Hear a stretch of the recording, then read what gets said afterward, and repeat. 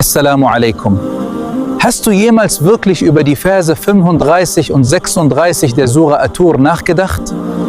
Nur 2 Verse, doch sie enthalten eine logische Herausforderung, die bis heute niemand wirklich widerlegen konnte.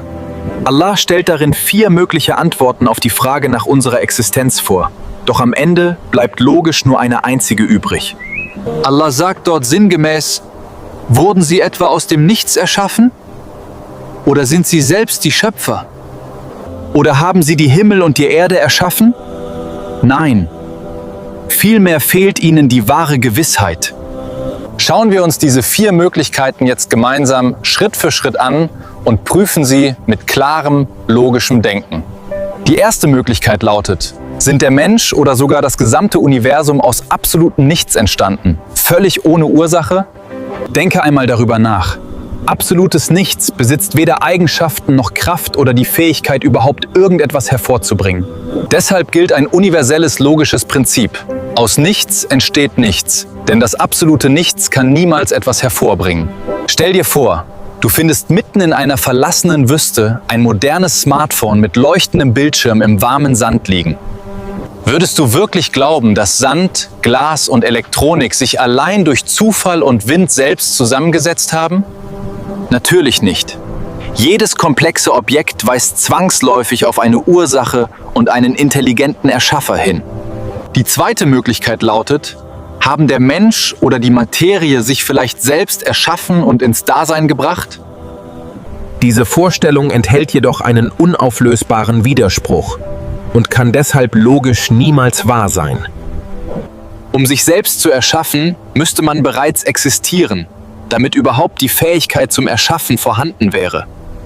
Gleichzeitig dürfte man aber noch gar nicht existieren, weil man sich schließlich erst selbst erschaffen müsste.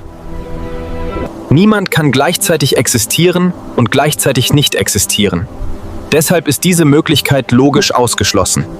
Die dritte Möglichkeit lautet: Haben wir Menschen selbst das Universum, die Erde, die Sonne oder die Naturgesetze erschaffen?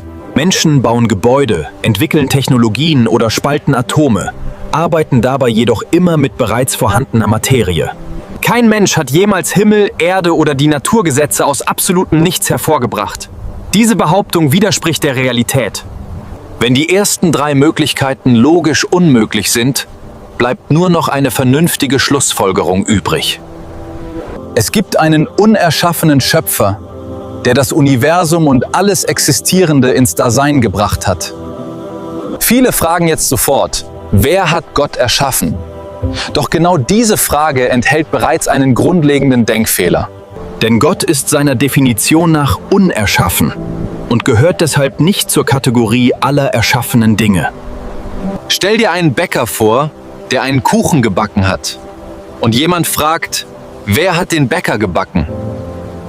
Diese Frage ergibt offensichtlich keinen Sinn, weil ein Bäcker kein Kuchen ist und deshalb nicht gebacken wird. Genauso wenig ergibt die Frage nach dem Schöpfer eines Wesens Sinn, das per Definition unerschaffen ist.